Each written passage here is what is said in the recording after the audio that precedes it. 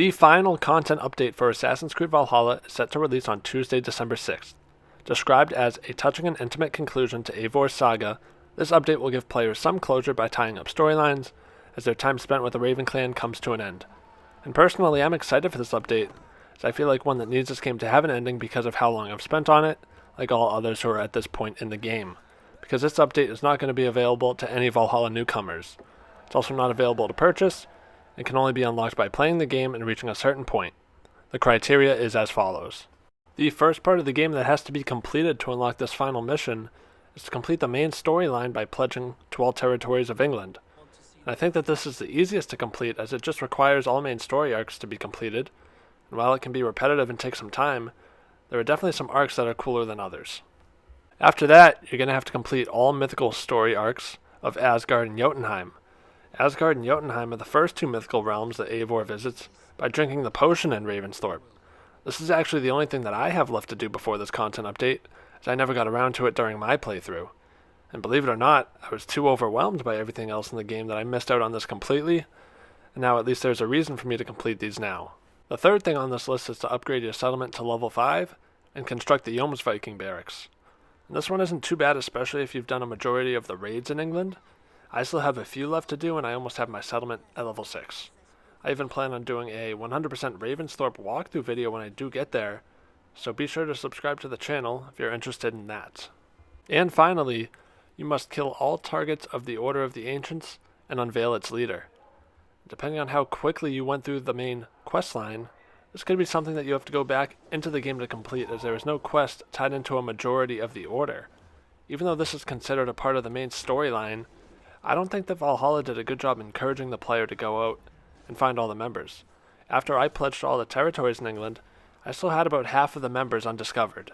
And if you have all this criteria checked off, then congratulations, and I hope that you're excited for the content update next week. If you have not checked off this criteria, Ubisoft has also announced some other updates that the game will be receiving as a part of the last chapter. Some good, and some not so good. If you're interested in seeing the official patch release after this video, I will include a link to Ubisoft's website in the description. Here's everything else. The seasonal festivals that we have seen in Ravensthorpe will be ending. The only downside that one may see from this is that the rare and unique weapons won't be available through the festival shop. However, Ubisoft has announced that these festival exclusive weapons will be available for purchase with silver at all times now, so those who miss some of the festivals will be able to obtain these weapons and goods. New Game Plus is a popular feature that single-player games have rewarded their players with after completing the game, and this lets players replay all of the main missions while using unlockables that have been obtained in their first playthrough. It's been announced now that Assassin's Creed Valhalla will officially not have New Game Plus, even after numerous requests from fans. They explained that this decision was made because there were not enough options to make replayability rewarding.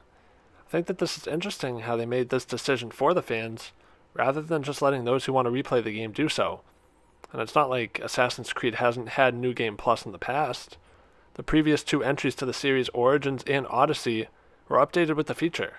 But moving on, a cosmetic feature that allows Eivor to have his hood up at all times is being added.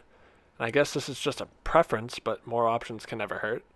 This has been brought up by Eivor not having access to the hood without a cloak, so now without a cloak the hood will look less chunky. Again, this is just personal preference. And like I said, I'm looking forward to this update, as I have not even played any of the Valhalla DLCs.